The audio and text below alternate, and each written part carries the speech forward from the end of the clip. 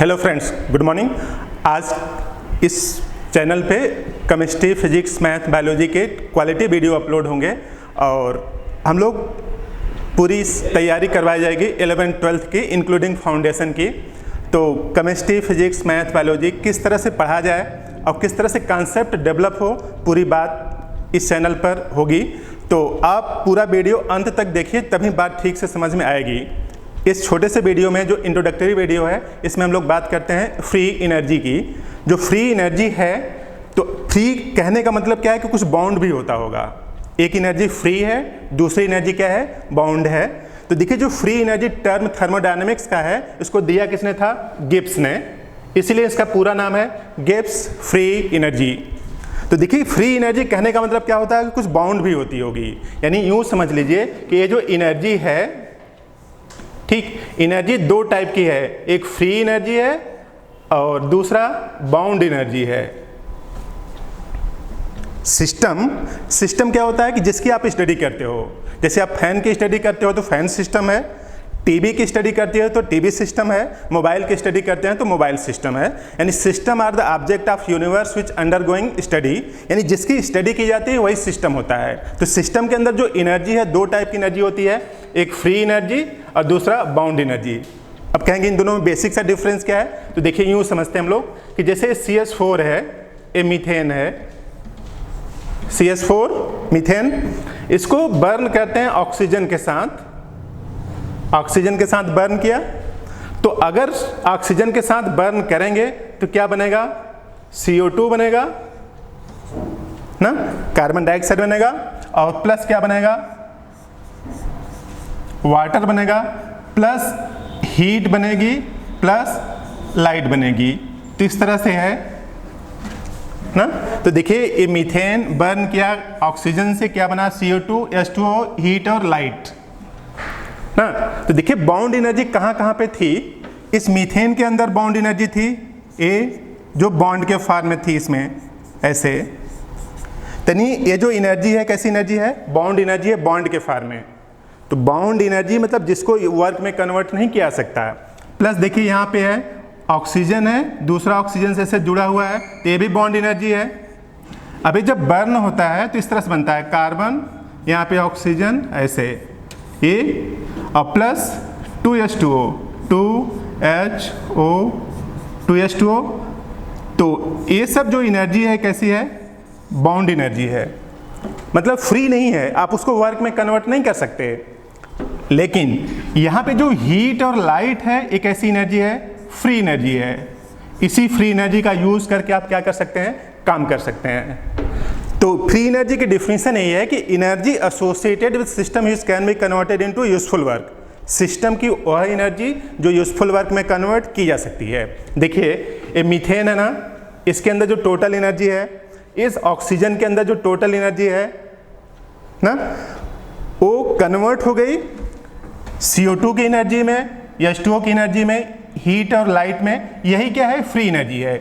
इसी से आप वर्क कर सकते हैं, इसी से वर्क कर सकते हैं।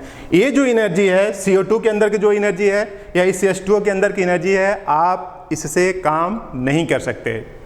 तो फ्री एनर्जी की डिफिनीशन क्या है कि energy associated with system which can be converted into useful work.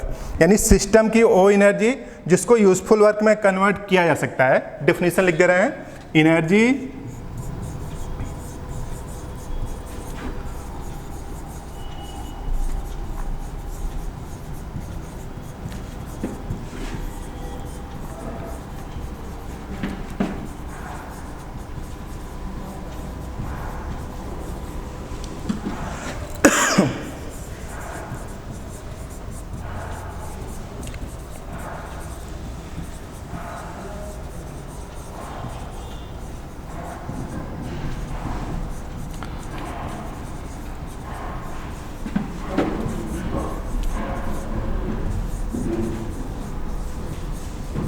ये डिफिनीशन है, energy associated with system which can be converted into useful work. System की वह एनर्जी जिसको यूजफुल वर्क में कन्वर्ट किया जा सकता है, वही क्या है, फ्री एनर्जी है। जैसे मान लीजिए कि आप पे पेट्रोल है, पेट्रोल, इसके अंदर एनर्जी है 100 जूल की, मान लीजिए इस तरह से पेट्रोल आपने बाइक में भरवाया, उसके अंदर एनर्जी कितनी है 100 जूल की। तो क्या 100 का जो 100 जूल है टोटल बाइक को चलने में यूज होगी? नहीं। जब ये बाइक चलेगी तो कुछ साउंड प्रोड्यूस करेगी ना, और कुछ हीट एनर्जी यूटिलाइज होगी, इंजन गर्म होगा, और कुछ पहिए को रोटेट करेगा। जब पहिए को रोटेट करेगा तो उसी एनर्जी से आप आगे जाएंगे। तो जो रोटेशन है यानी रोटेशन ऑफ व्हील, पहिए को रोटेट करने में जो यूज होगी वही तो यूजफुल है भाई। ये जो साउंड एनर्जी है इसका क्या यूज है? आवाज़ कर रही है बाइक ना, आवाज़ कर रही है तो उसका क्या यूज है? कोई यूज नहीं है। और ये जो इंजन गर्म हो रहा है उसका कोई यूज है? नहीं। आप हार्न बजाते हैं, वो भी एक टाइप की साउंड है, तो वो यूजफुल नहीं है। यानी ये दोनों, ये सब यूजफुल नहीं है, सिर्फ यही यूजफुल है जो कि पहिए को, बाइक को रोटेट कर रही है। तो वही क्या है? फ्री एनर्जी, और उसी से वर्क होगा। इसीलिए क्लियर लिखा है energy associated with system which can be converted into useful work. Work कैसा होना चाहिए? यूजफुल होना चाहिए, और उसी एनर्जी को क्या बोलते हैं? Free energy. तो थर्मोडायनेमिक्स का टर्म है फ्री एनर्जी। अब ये फ्री एनर्जी खास बात क्या है कि स्टेट फंक्शन है। फ्री एनर्जी कैसा है? State function. कैसा फंक्शन है? State function. अब ये कहेंगे कि स्टेट फंक्शन क्या होता है? स्टेट फंक्शन होता है जिसकी वैल्यू पाथ पर डिपेंड नहीं करती, जिसकी वैल्यू पाथ पर डिपेंड नहीं करती, उसके स्टेट पर डिपेंड करती है।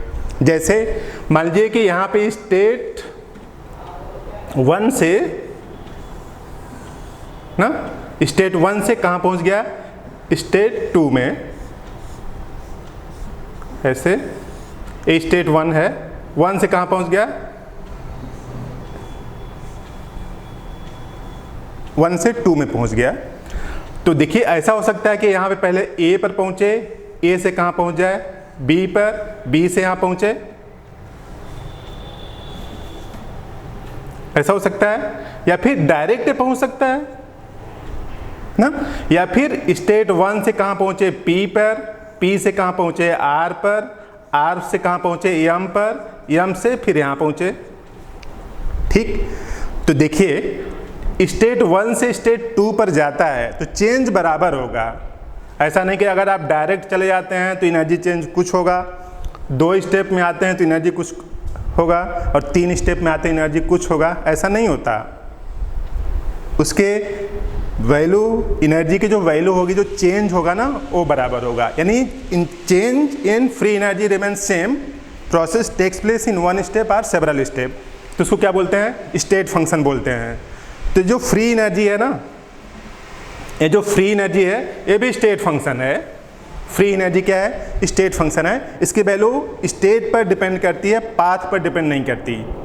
और चूंकि ये एनर्जी है ना, ये एनर्जी है, तो अब सीधी सी बात है कि एक एनर्जी का संबंध दूसरी एनर्जी से होता है, एक एनर्जी का संबंध दूसरी एनर्जी से होगा। तो देखिए ये जो फ्री एनर्जी है ना, ए delta G equal to delta H minus T delta S. ये रिलेशन कहाँ से आया इसको भी बताया जाएगा। अभी सिर्फ इसके एप्लीकेशन की बात करते हैं। तो देखिए जो डेल्टा जी है ना, यही है फ्री एनर्जी है।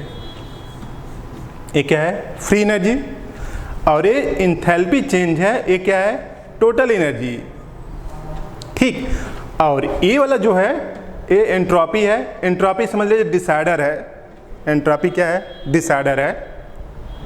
तो अनयूजफुल एनर्जी, अनयूजफुल एनर्जी ना। तो आपके पास मान लीजिए 10 रुपये है, 10 रुपये का आप एक गोभी खरीद लेते हैं। क्या खरीद लिया? एक गोभी खरीद लिया ना। तो गोभी का कुछ जड़, तना, पत्ती होता है ना, उसके बाद फूल भी होता है जिसकी सब्जी बनती है। तो यूजलेस पार्ट क्या है? उसके चारों तरफ जो तना लगा हुआ है ना, पत्तियां लगी हो, यूजलेस पार्ट है।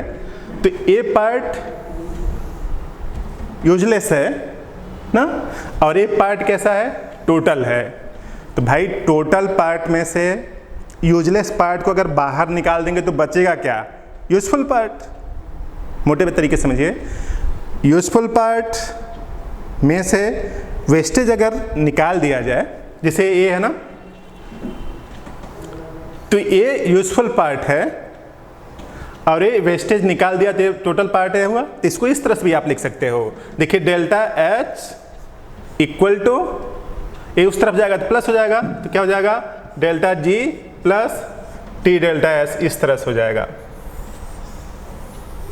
यानी टोटल एनर्जी इक्वल टू, ये जो टोटल एनर्जी है, total energy equal to useful energy plus unuseful energy. बात समझ में आई? तो डेफिनेशन यही है कि energy associated with system which can be converted into useful work. जिसको यूजफुल वर्क में कन्वर्ट किया सकता है वही क्या है? फ्री एनर्जी है। खास बात, इससे पता क्या चलता है? यूज क्या है इसका? यूज थर्मोडायनेमिक्स की प्रोसेस की नेचर पता करने के लिए। अगर डेल्टा जी कैसा हो जाए? जीरो हो जाए, सपोज दैट डेल्टा जी अगर जीरो हो जाएगा ना, तो देखिए अगर डेल्टा जी जीरो हो गया, ये जीरो हो गया, तो इसका मतलब क्या हुआ कि डेल्टा H इक्वल टू क्या हो जाएगा? T डेल्टा S, इस तरह से हो जाएगा। समझ में आया? ये डेल्टा H इक्वल टू इसके हो जाएगा। इसका मतलब क्या हुआ कि जितना एनर्जी है टोटल वेस्टेज हो जा रहा है, खराब हो जा रही है। तो काम हुआ क्या? क्योंकि ये तो जीरो हो गया ना।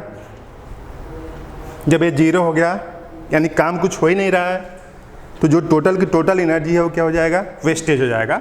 इसको इस तरह समझ लीजिए कि जैसे आपने बाइक को चला दिया और स्टैंड पे लगा के चला दिया, स्टैंड पर खड़ी किया, बाइक को चला दिया, पेट्रोल तो जल रहा है, एनर्जी तो खत्म हो रही है, इंजन भी गर्म हो रहा है, लेकिन कुछ काम हो रहा है नहीं। तो यही अवस्था है। और अगर delta G equal to zero है तो वो प्रोसेस कैसा होगा? इक्विलिब्रियम में होगा।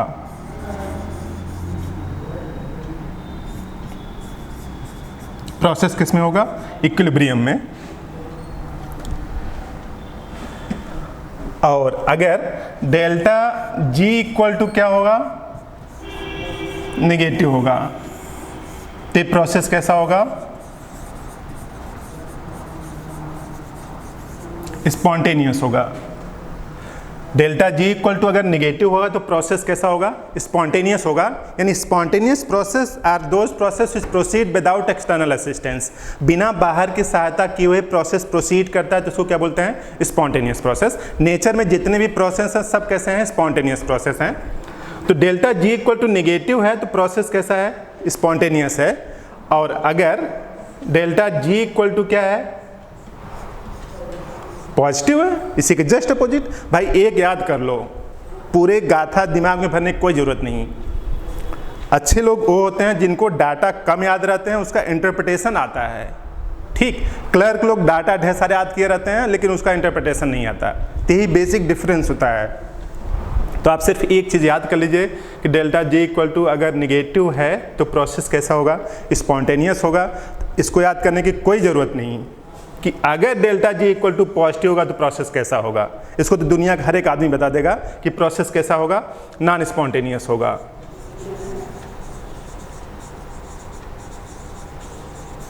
तो बात समझ में आई? तो ये जो फ्री एनर्जी है इससे हम लोग सिस्टम के नेचर के बारे में पता करते हैं। तो एक बार फिर से रिमाइंड कर देते हैं कि delta G equal to zero है तो प्रोसेस इक्विलिब्रियम में है, निगेटिव है तो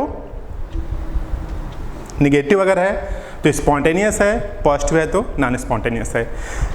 इन सब चीज़ों का डिटेल डिस्क्रिप्शन देखने के लिए चैनल से जुड़ जाइए और वीडियो आते रहेंगे, जुड़ते रहिए।